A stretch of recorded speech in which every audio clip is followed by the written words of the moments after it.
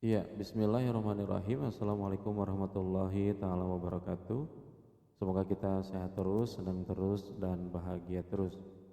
Jadi saya membuat video ini untuk kepentingan supaya Anda bisa lebih siap lagi untuk menghadapi sumatif yang pertama untuk materi pendidikan Pancasila, yaitu tentang Pancasila. Unitnya ada 3. Unit yang pertama itu adalah unit 1, 2, dan 3 nantinya. Untuk unit yang pertama itu adalah menggali ide pendiri bangsa dan dasar negara. Namun sebelum Anda mengetahui begitu ya, atau kita membahas tentang ide pendiri bangsa tentang dasar negara, Anda harus belajar terlebih dahulu tentang beberapa hal begitu ya. Karena mungkin saja Anda bertanya tentang bangsa itu apa, kemudian negara itu apa, dan sebagainya. Maka kita harus urutin dari satu. Dikatakan sebuah bangsa itu karena setiap bangsa itu tidak mesti menjadi sebuah negara. Karena setiap bangsa itu dia punya hak begitu ya. Rakyatnya itu punya hak begitu, atau warga bangsanya itu punya hak untuk menjadi sebuah negara. Karena perbedaan negara dengan bangsa itu sangat sederhana. Kalau negara itu yang membedakan adalah konstitusi, atau ada aturan atau tidak begitu. Jadi kalau misalnya bangsa itu ya hanya bangsa saja begitu. Dia tidak ada peraturan di sana, tidak ada government di sana, tidak ada konstelasi kekuasaan di sana dan sebagainya, seperti itu. Namun setiap negara itu yang ada itu mesti ada bangsanya begitu. Seperti itu. Lalu kemudian selanjutnya adalah kita belajar tentang bentuk negara. Bentuk negara itu, jadi kan bentuk negara itu ada 4 begitu ya. Bentuk negara itu kan ada 4. Kemudian yang pertama, sebentar. Kemudian yang pertama bentuk negara itu kesatuan. Gitu. Nah, yang kesatuan itu dia tuh utamanya itu adalah ke dalam itu kedaulatan, berarti kedaulatan ke dalam. Dan keluarnya itu tidak terpisah. Jadi dia dimiliki oleh satu orang. Contohnya begini, Bapak Joko Widodo begitu sebagai Presiden Republik Indonesia, beliau itu memiliki kedaulatan ke dalam dan memiliki kedaulatan keluar, begitu. Ke dalam itu apa? Ke dalam itu urusan dalam negeri, kalau keluar itu adalah hubungan internasional. Jadi ketika hubungan internasional maka dia disebut sebagai kepala negara. Ketika beliau begitu ya, beliau menjadi seorang kepala pemerintahan berarti berbicara tentang kedaulatan ke dalam begitu ya. Dia berbicara tentang rakyatnya, seperti itu. Terus kemudian contoh negaranya ya Indonesia begitu ya. Bentuk negaranya, contoh negaranya adalah Indonesia. Atau contoh yang lainnya lagi itu Inggris begitu ya. Inggris itu dia bentuk negaranya kesatuan. Lalu kemudian bentuk negara yang selanjutnya itu adalah serikat. Ya contohnya Amerika Serikat. Untuk yang kedaulatan ke dalam, dia itu dipimpin oleh pemerintah federal, begitu ya. Jadi dipimpin oleh pemerintah federal. Kenapa oleh pemerintah federal? Karena memang untuk yang bentuk serikat negara itu, kan dia ada kedaulatan ke dalamnya itu dipimpin oleh pemerintahan negara bagian. Sementara untuk yang kedaulatan keluar dipimpin oleh pemerintah negara federal. Jadi diulang, jadi Amerika Serikat itu kedaulatan ke dalamnya itu dipimpin oleh kepala negara bagian. Kemudian kedaulatan keluarnya itu dipimpin oleh pemerintah negara federal. Nah, untuk yang negara bagian dia boleh membuat konstitusi sendiri, atau dikenal dengan di Indonesia itu adalah undang-undang dasar. Sementara di Indonesia itu nggak boleh ada orang atau otoritas apapun yang membuat undang-undang dasar di luar undang-undang dasar yang telah ditetapkan oleh pemerintah. Begitu. Kenapa? Karena pemerintah pusatnya itu kedaulatan ke dalamnya dipegang oleh satu orang, yaitu oleh presiden. Seperti itu. Maka di Indonesia tidak bisa. Tapi kalau di Amerika dia bisa. Jadi khusus untuk yang kedaulatan ke dalam itu dipimpin oleh kepala negara bagian, kemudian untuk kedaulatan keluar dipimpin oleh pemerintah negara federal. Jadi kalau begitu ya, kepala negara bagian ingin melakukan hubungan internasional, maka dia tidak bisa langsung begitu, sekalipun dia adalah kepala negara. Seperti itu, head of state-nya dia gitu. Tapi nggak bisa begitu. Maka harus dilakukan oleh pemerintah negara federal atau pemerintahan federal yang ada di sana. Jadi perbedaan utama dari bentuk negara kesatuan dan serikat itu adalah kedaulatan ke dalamnya itu terbagi atau tidak begitu. Tapi kalau tidak terbagi berarti dia kesatuan. Kalau terbagi berarti dia bentuk negaranya serikat. Seperti itu. Kemudian selanjutnya adalah konfederasi. Dia dikatakan bentuk negara karena di dalamnya itu kedaulatan ke dalam dan keluarnya itu dipimpin oleh negara peserta. Dalam hal ini Uni Eropa.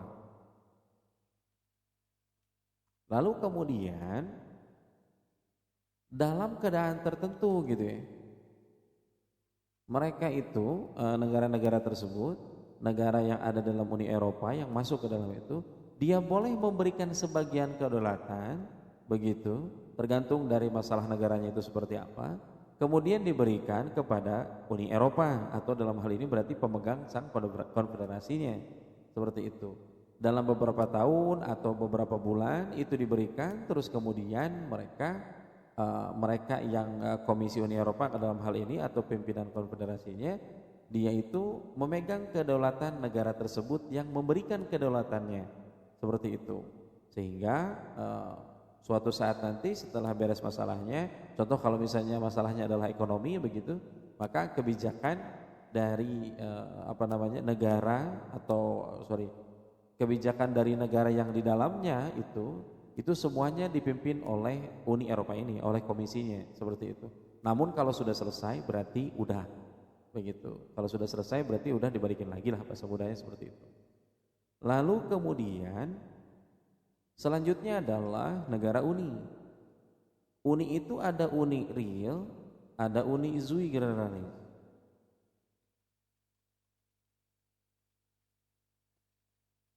Kalau uni real itu contohnya adalah Uni Eropa.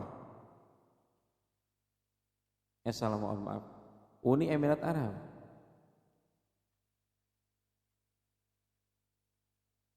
Lalu kemudian yang ini Uni sui generalis itu adalah Benelux,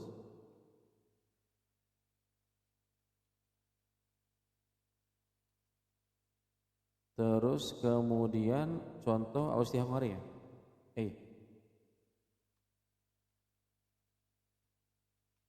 Jadi kalau yang Uni real, kedaulatan ke dalamnya,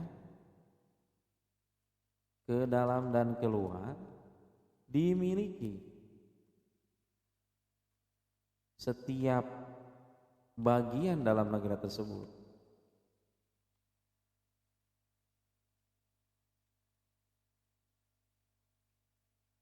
Namun ada otoritas yang lebih tinggi dari mereka semua. Maksudnya seperti apa? Jadi di Uni real itu contoh Uni Emirat Arab Uni itu gabungan, Emirat itu emir itu 7 emir, kemudian Arab itu berarti dari suku bangsa Arab. Jadi ada sebuah gabungan, dia tidak sepakat untuk bersatu tapi bergabung saja, pimpinan-pimpinan tersebut menjadi sebuah negara dan negaranya dinamakan Uni Emirat Arab. Kedaulatan ke dalam dan keluar ini dimiliki oleh masing-masing di bagian negara tersebut. Namun ada otoritas yang lebih tinggi dari mereka semua. Maksudnya seperti apa? Karena setelah kalau misalnya dia mau melakukan sebuah hubungan internasional, maka dia harus otoritas itu yang melakukan hubungan internasionalnya. Seperti itu. Berarti kedaulatan keluarnya itu mereka.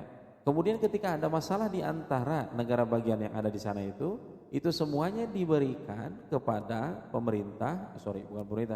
otoritasnya itu melakukan menyelesaikan masalah tersebut, seperti itu. Mungkin ada yang bertanya, apa bedanya dong dengan negara serikat kalau seperti itu? Kalau negara serikat dia boleh membuat hukum untuk dia sendiri atau konstitusi untuk dia sendiri. Sementara kalau untuk yang di Uni Emirat Arab atau di Uni Real ini, mereka tidak punya kewenangan untuk itu, seperti itu. Terus kemudian kalau Uni Zui Generalis itu seperti Benelux dan Austria-Hungaria, jadi Belgia, Netherlands dan Luxembourg itu zaman dulu, itu dia ada 3 negara, begitu ya, itu dipimpin oleh satu negara, oleh satu orang raja, seperti itu. Nah, 3 negara tersebut kedaulatan ke dalam dan keluarnya itu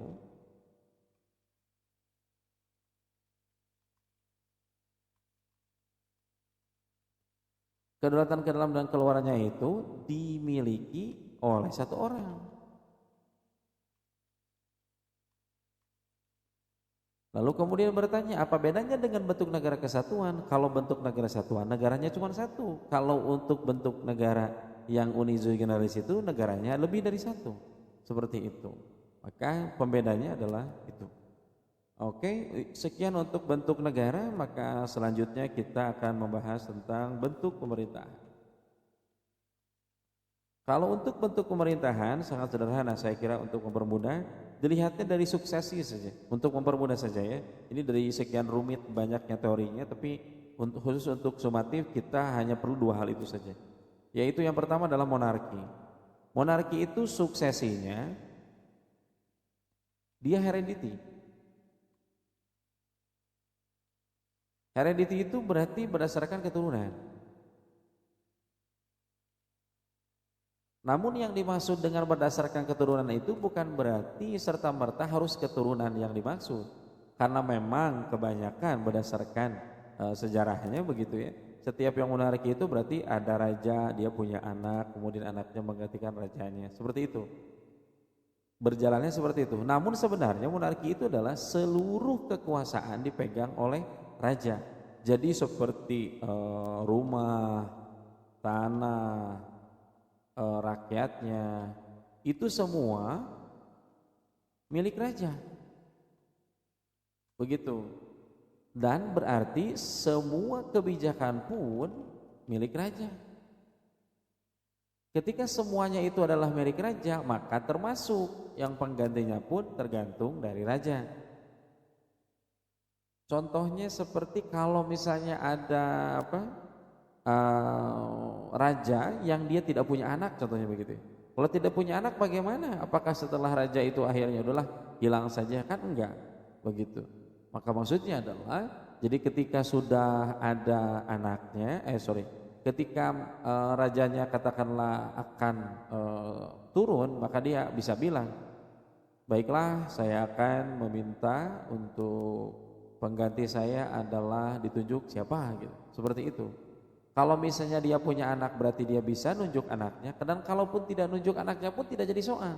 Tidak menjadikan itu tidak jadi monarki begitu. Seperti itu. Tapi intinya monarki itu semuanya ada di tangan raja. Gitu konsepsinya. Jadi dilihat dari suksesinya.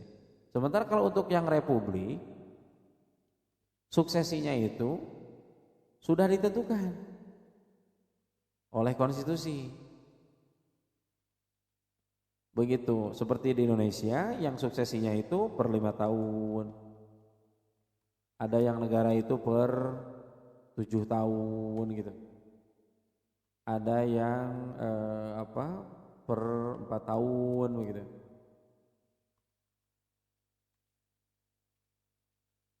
Jadi sudah ditentukan suksesinya, dan biasanya itu memang dari common begitu, dari rakyat biasa seperti itu. Terus kemudian dia menjadi seorang presiden, dia menjadi pemimpin negara tersebut. Begitu.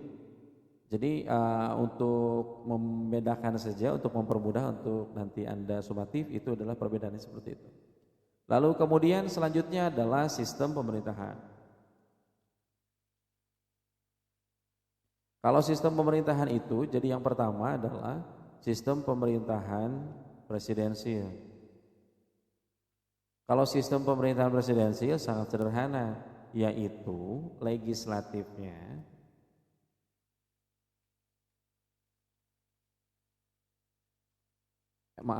presidensial ya, eksekutifnya itu menghegemoni atau lebih kuat begitu ya.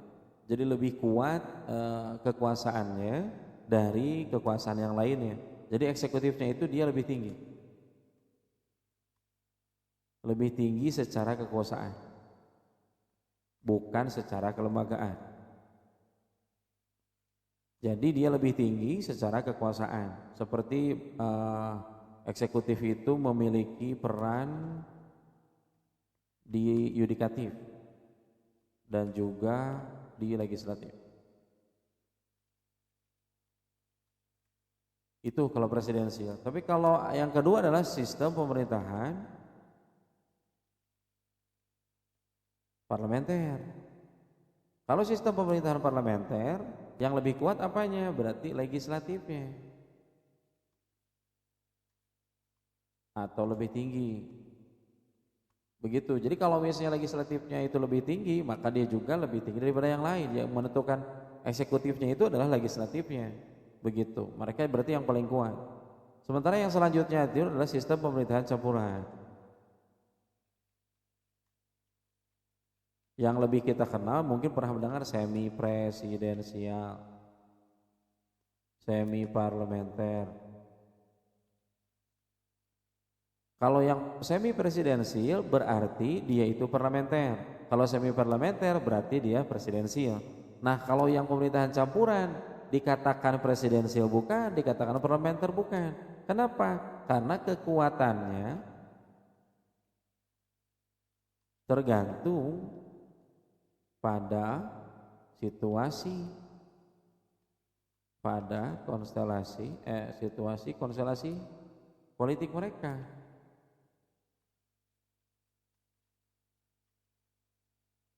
Kenegaraan yang ada di sana, begitu. Bisa saja legislatif itu lebih kuat, begitu, dengan mengucapkan dengan melakukan mosi tidak percaya sama presiden. Tapi presiden juga punya kekuatan, begitu, punya kekuatan untuk bisa membubarkan parlemen, seperti itu. Artinya kalau yang pemerintahan campuran itu dua-duanya bisa kuat dalam posisinya seperti itu. Tapi tergantung dari situasi konstelasi politik mereka di sana, begitu. Ini contohnya Prancis sistem pemerintah. Kalau yang tadi sistem pemerintahan parlementer ya Inggris. Terus kemudian yang terakhir itu adalah sistem pemerintahan kolegial. Kalau sistem pemerintahan kolegial itu sederhananya itu dia negara Swiss. Anda tinggal cari aja di swissgovernment.gov gitu ya. Terus kemudian di sana itu ada mereka punya pembagi begitu ya, terbagi kekuasaannya itu di sana katanya ada 7 presiden. Terus kemudian setiap tahunnya berganti. Setiap tahunnya kemudian berganti, kemudian dari 7-nya itu mereka ada deputi, mereka ada menteri dan lainnya. Cuman ya mungkin ada yang bertanya, lalu di sini yang lebih kuat apa gitu. Nah, mereka tidak ada yang lebih kuat, semuanya sama-sama karena kolegial itu dia bersama-sama. Begitu semuanya bareng-bareng, tidak lebih kuat, tidak lebih apa, pokoknya jalan bareng aja. Seperti itu. Itu untuk yang sistem pemerintahan. Terus kemudian sistem pemerintahan sudah, bentuk pemerintahan sudah, bentuk negara sudah, sekarang siklus polibios. Siklus polibios itu diawali dengan monarki. Monarki itu dia satu orang untuk kepentingan rakyatnya. Artinya untuk kepentingan orang banyak. Bahasa mudahnya nih orang baik begitu ya. Seperti itu. Dia untuk kepentingan rakyatnya semuanya. Cuman katanya siklusnya itu jadi berubah. Karena dia heredity, karena dia monarki, itu heredity, kemudian mungkin anaknya kenapa dan sebagainya, kemudian bisa menjadi tirani, jadi lama-kelamaan menjadi tirani dan lain sebagainya, seperti itu. Lama-kelamaan menjadi tirani. Tirani itu dipimpin oleh satu orang untuk kepentingan dirinya sendiri, seperti itu. Kemudian setelah monarki menjadi tirani, dari tirani menjadi aristokrasi. Kenapa jadi aristokrasi? Karena ada sebuah perlawanan begitu ya terhadap tirani tersebut. Ketika ada perlawanan terhadap tirani tersebut, maka yang dipertanyakan adalah bagaimana begitu ya? Kenapa tirani kok ada seperti itu? Nah, akhirnya aristokrasi melakukan itu begitu. Sehingga aristokrasi itu dipimpin oleh beberapa orang untuk kepentingan banyak orang. Lalu kemudian aristokrasi itu ternyata katanya begitu ya, lama-kelamaan menjadi oligarki.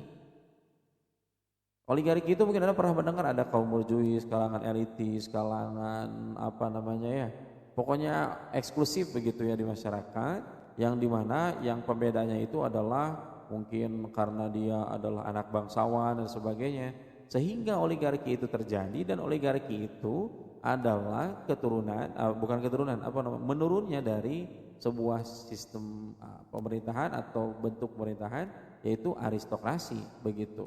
Akhirnya menjadi oligarki. Nah, oligarki itu dipimpin oleh beberapa orang untuk kepentingan elit atau untuk kepentingan beberapa orang saja. Kemudian demokrasi.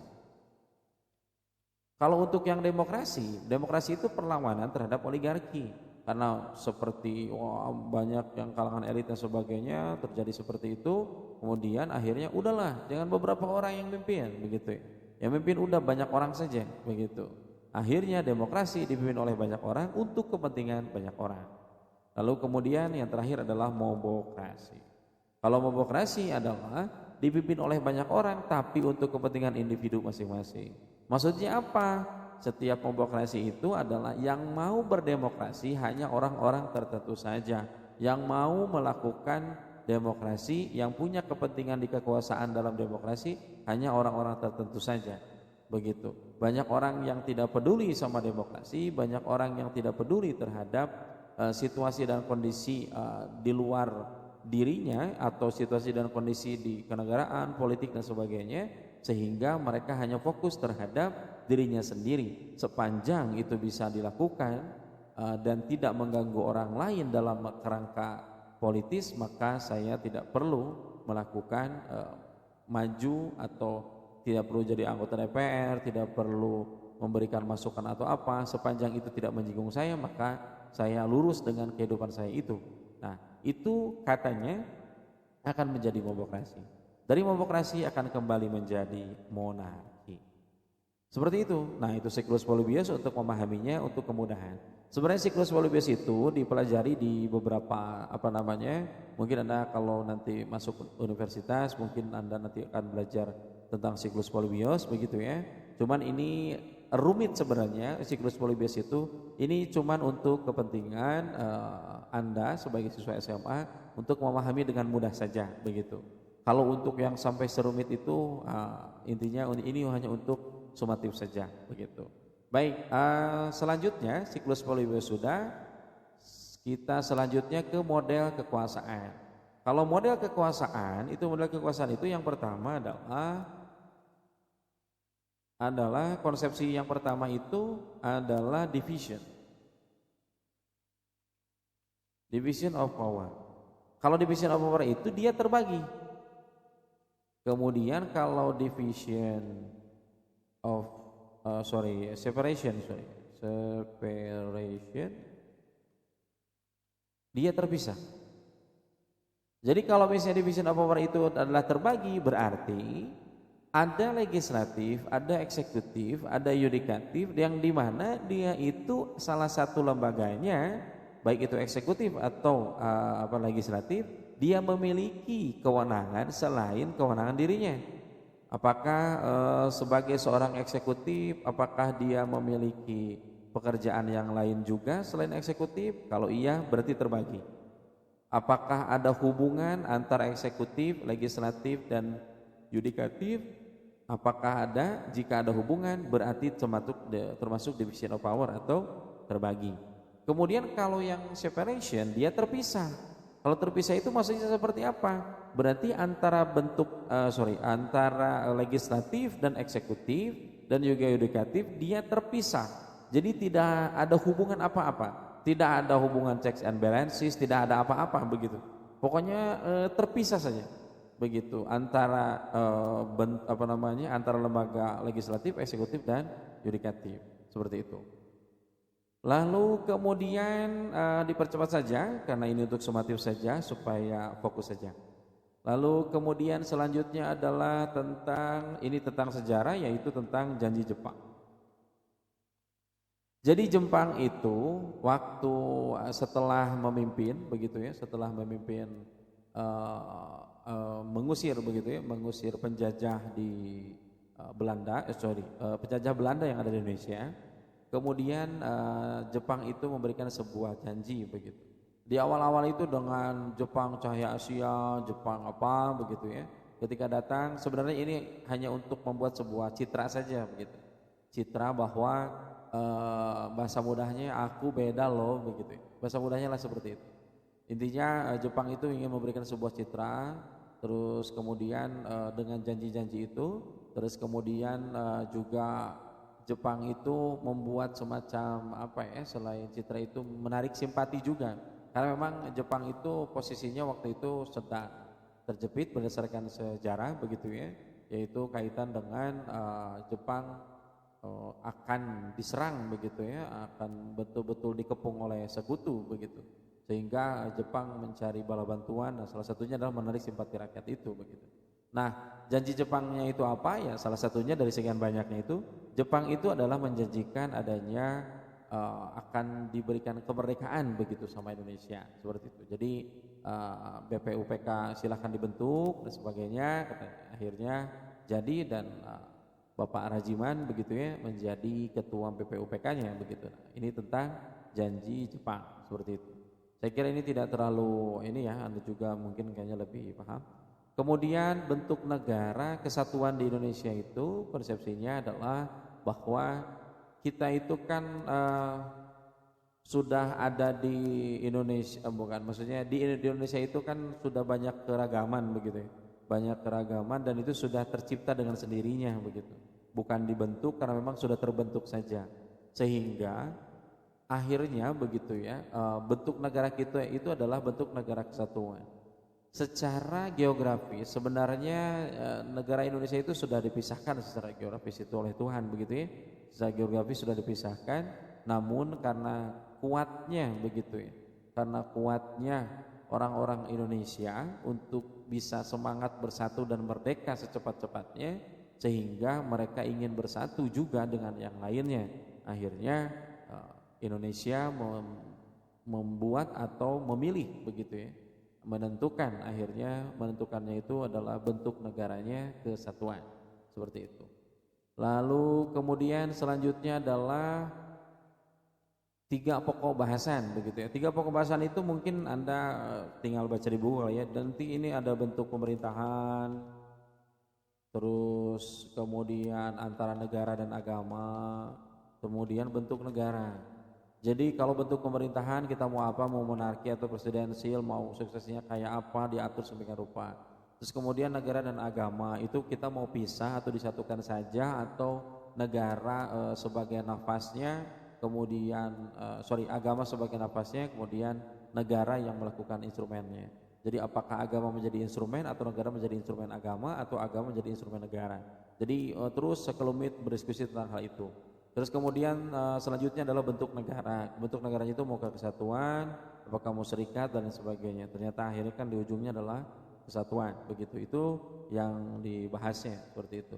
Lalu kemudian konsepsi dari Bapak Supomo tentang negara integralistik begitu ya. Negara integralistik itu sederhana kali ya. Negara integralistik itu adalah intinya konsepsinya itu adalah di kekeluargaan. Jadi kalau misalnya integralistik itu jadi dia bersatu begitu ya, bersatu antara rakyat dengan negara. Jadi ketika negara sakit, ketika negara dihina, maka rakyatnya juga harus merasa seperti itu. Kemudian ketika rakyatnya itu merasa rakyatnya itu merasa menderita, maka negara itu memfasilitasi supaya tidak menderita begitu, memberikan solusi supaya tidak menderita. Intinya konsepsi dari negara integralistik itu adalah di kekeluargaan, dan ini adalah menurut Supomo. Supomo itu ya salah satu yang berbicara di sidang BPUPK yang banyak itu. Seperti itu. Lalu kemudian selanjutnya adalah konsepsi tentang pemikiran Bapak Soekarno begitu ya. Ini gambarnya ada di sini, saya kira tinggal cari saja begitu ya. Di sini tuh contohnya sebentar ada di sini. Nah, di sini. Di sini itu ada dasar pertama. Jadi Bapak Soekarno itu mengungkapkan Pancasila. Pancasila itu pertama adalah dasar kebangsaan. Dasar keduanya internasionalisme atau hubungan internasional. Dasar mufakat, dasar perwakilan, dan dasar permusyawaratan itu yang senafas dengan sila keempat nantinya. Kemudian kesejahteraan sosial itu yang senafas dengan sila kelima nantinya. Kemudian dasar kelima itu ketuhanan yang berkebudayaan itu senafas dengan sila ke-1 nantinya. Dasar kebangsaan yang pertama ini nanti sila ketiga nantinya. Nah, karena ini ada 5 maka disebut sebagai Pancasila. Sementara kalau untuk beliau katanya bisa diperas lagi menjadi Trisila, kata beliau. Trisila itu bisa diperas, yaitu dasar pertama, dasar kedua disatuin jadi sosial nasionalisme, kemudian dasar ketiga dan dasar keempat disatuin jadi sosial demokrasi. Kemudian untuk yang dasar kelima itu tidak disatuin gitu. Nah, itu disebut sebagai Trisila. Tapi bisa diperas lagi kata beliau, yaitu menjadi Ekasila. Ekasila itu cuma satu, yaitu gotong royong. Jadi bisa dicapai dengan semuanya dengan konsepsi gotong royong. Seperti itu. Jadi Anda tinggal pahami saja tentang hal-hal ini. Lalu kemudian juga biografi ada. Anda pelajari. Kalau biografi saya kira seperti Supomo atau Bapak Muhammad Yamin gitu. Beliau lahir terus kemudian melanjutkan pendidikan Belanda tapi diurungkan karena ayahnya wafat dan sebagainya gitu, atau akhirnya beliau akhirnya kuliah dan sebagainya. Anda pelajari itu, tapi hal-hal itu jangan terlalu rinci dan juga memang tidak ada mungkin soal yang hukum tentang tahun begitu ya, nggak bertanya tentang tahun, kemudian Muhammad Yamin lahir di mana dan sebagainya, nggak seperti itu begitu ya. Tapi lebih kepada konsepsinya begitu atau kepada substansinya begitu. Seperti itu, terima kasih atas segalanya. Semoga ini menjadi sebuah jalan kebaikan bagi kita semua. Semoga kita sehat terus, senang terus dan bahagia terus. Amin Allah ya rabbal alamin.